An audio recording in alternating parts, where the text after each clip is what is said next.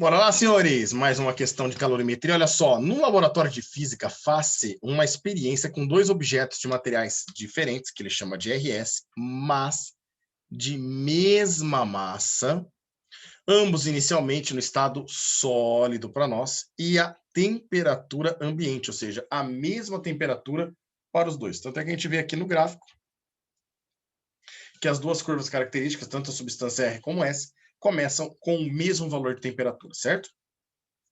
Em seguida, os dois objetos são aquecidos, então mede-se a temperatura de cada um deles em função da quantidade de calor que lhes é fornecida. Os resultados obtidos nessa medição estão representados neste gráfico. Sejam LR e LS o calor latente de fusão dos materiais RS. Vamos colocar aqui, ó, calor latente de fusão do material R é esse carinha aqui. Deixa eu colocar mais grossinho. Calor latente, ó, é quando muda o estado físico. Muda o estado físico quando não tem variação de temperatura. Já o do S é esse daqui, ó. Pá, tudo isso daqui é o calor latente do S. Percebo que o S, ele tem uma temperatura aí de fusão maior que o R, né? O R começou a fundir a uma temperatura menor do que o S para nós.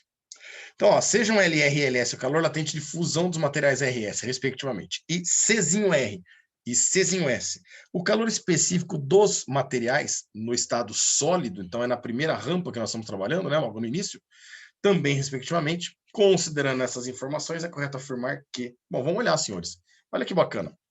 Se a gente pegar aqui para uma mesma temperatura, então vamos pegar como referência a mesma temperatura, ó, a mesma temperatura não, perdão, a mesma quantidade de calor recebido, ó, desde o valor zero, tá?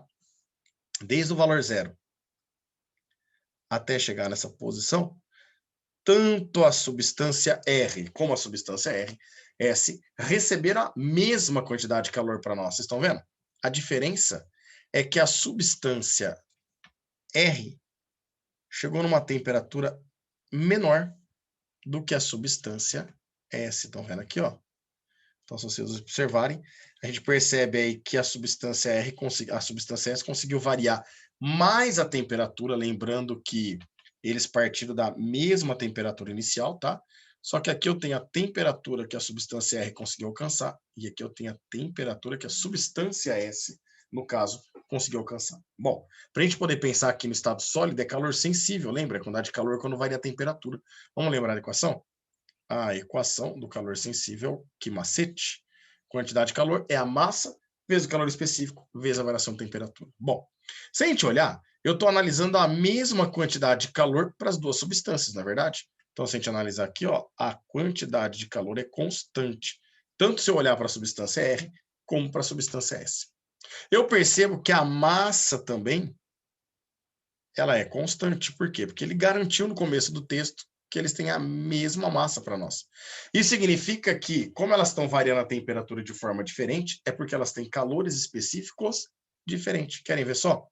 A substância R teve esta variação de temperatura, ó, chamada de delta teta aqui da substância R em vermelho. Já a substância S, ela teve esta variação de temperatura, que eu estou colocando em cor azul.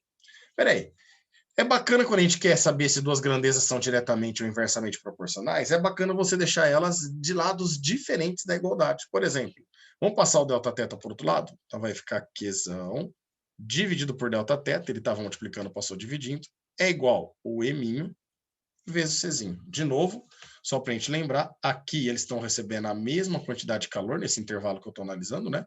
E a gente sabe que a massa é constante. A hora que a gente olha aqui variação de temperatura e calor específico, a gente percebe que são grandezas inversamente proporcionais, estão percebendo? Uma está no numerador, a outra no denominador. Se elas são grandezas inversamente proporcionais, significa que quem tem maior variação de temperatura é porque tem o menor calor específico, né? Como a gente sabe que a variação de temperatura da substância S para aquela quantidade de calor recebida é maior que a variação de temperatura da substância R, nós vamos poder afirmar que o calor específico da substância S é menor que o calor específico da substância R.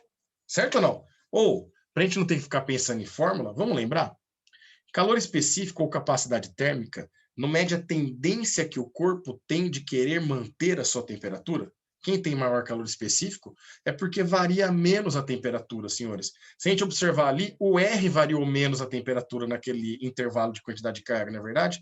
Se ele varia menos a temperatura, é porque ele tem mais tendência em manter a sua temperatura. Portanto, ele tem maior capacidade térmica e maior calor específico para nós. Então, nós sabemos aí que o calor específico de R tem que ser maior que o calor específico de S, sem ter que ficar analisando a equaçãozinha, beleza?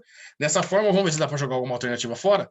Calor específico de S menor que R, ou de R maior que S, R maior que S, só alternativa C e alternativa D. Então dá para jogar fora as duas primeiras, alternativa A de amor e alternativa B de nádegas para nós, certo? Bom, agora vamos ver o calor latente. O calor latente é da equação do Kmol, é para a mudança de estado físico. Estão lembrados? Então, colocar aqui a equação do Kmol. E olha que bacana, nós já sabemos aqui que tanto a substância R como a substância S, elas têm a mesma massa. Então, pera lá. Quem recebe mais calor é porque tem um maior calor latente. E quem recebe menos calor para mudar o estado físico, consegue mudar o estado físico com menor quantidade de calor, é porque tem um menor calor latente. Elas são diretamente proporcionais ali. Então, olha só que bacana. Se a gente olhar a substância R agora, a substância R, ela começou a mudar o estado físico nessa quantidade de calor aqui e acabou, né, de mudar o estado físico da substância, ela começou a variar a temperatura no estado líquido nesse ponto. Percebam que a substância R, ela teve essa quantidade de calor para poder mudar o estado físico da sua substância. Em contrapartida, se vocês analisarem um instante, né, que a S começou a mudar o estado físico, até o instante em que ela consegue terminar, né, consegue mudar todo o estado físico dela, vocês vão perceber que esse intervalo aqui de quantidade de calor para a substância S, senhores, é bem maior que a quantidade de calor necessária para mudar o estado físico da substância R. Então, como nós sabemos que a quantidade de calor da substância S usada para mudar o estado físico é maior do que a quantidade de calor usada na substância R, e como nós sabemos que quantidade de calor e calor latente são grandezas diretamente proporcionais, então nós vamos poder afirmar que o calor latente da substância S, com certeza, é maior que o calor latente da substância R para nós. Fechou? Dessa forma, LS maior que LR, ou LR maior que LS, né? A gente já pode jogar fora a alternativa D, que fala que o LR é maior. E não, na verdade, o LS que é maior. O que garante para nós é como correta a alternativa C.